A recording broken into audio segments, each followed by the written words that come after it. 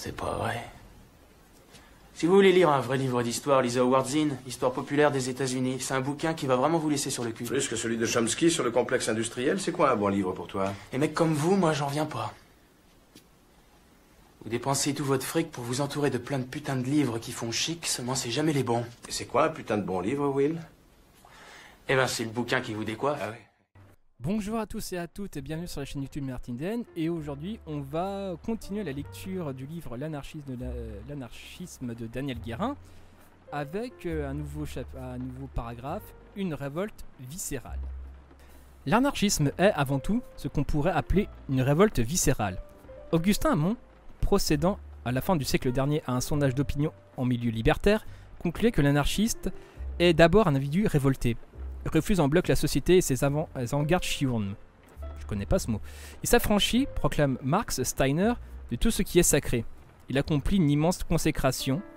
Ces vagabonds de l'intelligence, ces mauvaises têtes, au lieu de considérer comme vérité intangible ce qui donne à des milliers d'hommes la consolation et le repos, sautent par-dessus les barrières du traditionnalisme et s'abandonnent sans frein aux fantaisies de leur critique impudente. Proudhon rejette en bloc toute la gente officielle les philosophes, les prêtres, les magistrats, les académiciens, les journalistes ou les parlementaires, etc., pour qui le peuple est toujours le monstre que l'on combat, qu'on muselle et qu'on enchaîne, que l'on conduit par adresse comme le rhinocéros et l'éléphant, qu'on dompte par la famine, qu'on saigne par la colonisation et la guerre. Élisée Reclus explique pourquoi la société paraît à ses nantis si bonne à en conserver. Puisqu'il y a des riches et des pauvres, des puissants et des sujets, des maîtres et des serviteurs, des césars à qui on ordonne le combat, et des gladiateurs qui vont mourir, les gens avisés n'ont qu'à se mettre du côté des riches et des maîtres, à se faire les courtisans des césars.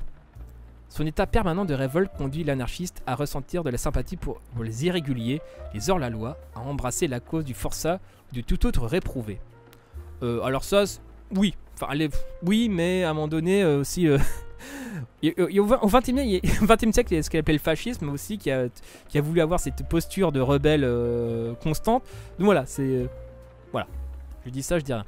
C'est bien injustement, estime Bakounine, que Marx et Engels parlent avec le plus profond mépris du lumpenprolétariat, du prolétariat en haillons, car c'est en lui et en lui seul, et non pas dans la couche embourgeoisée de la masse ouvrière, que réside l'esprit et la force de la future révolution sociale.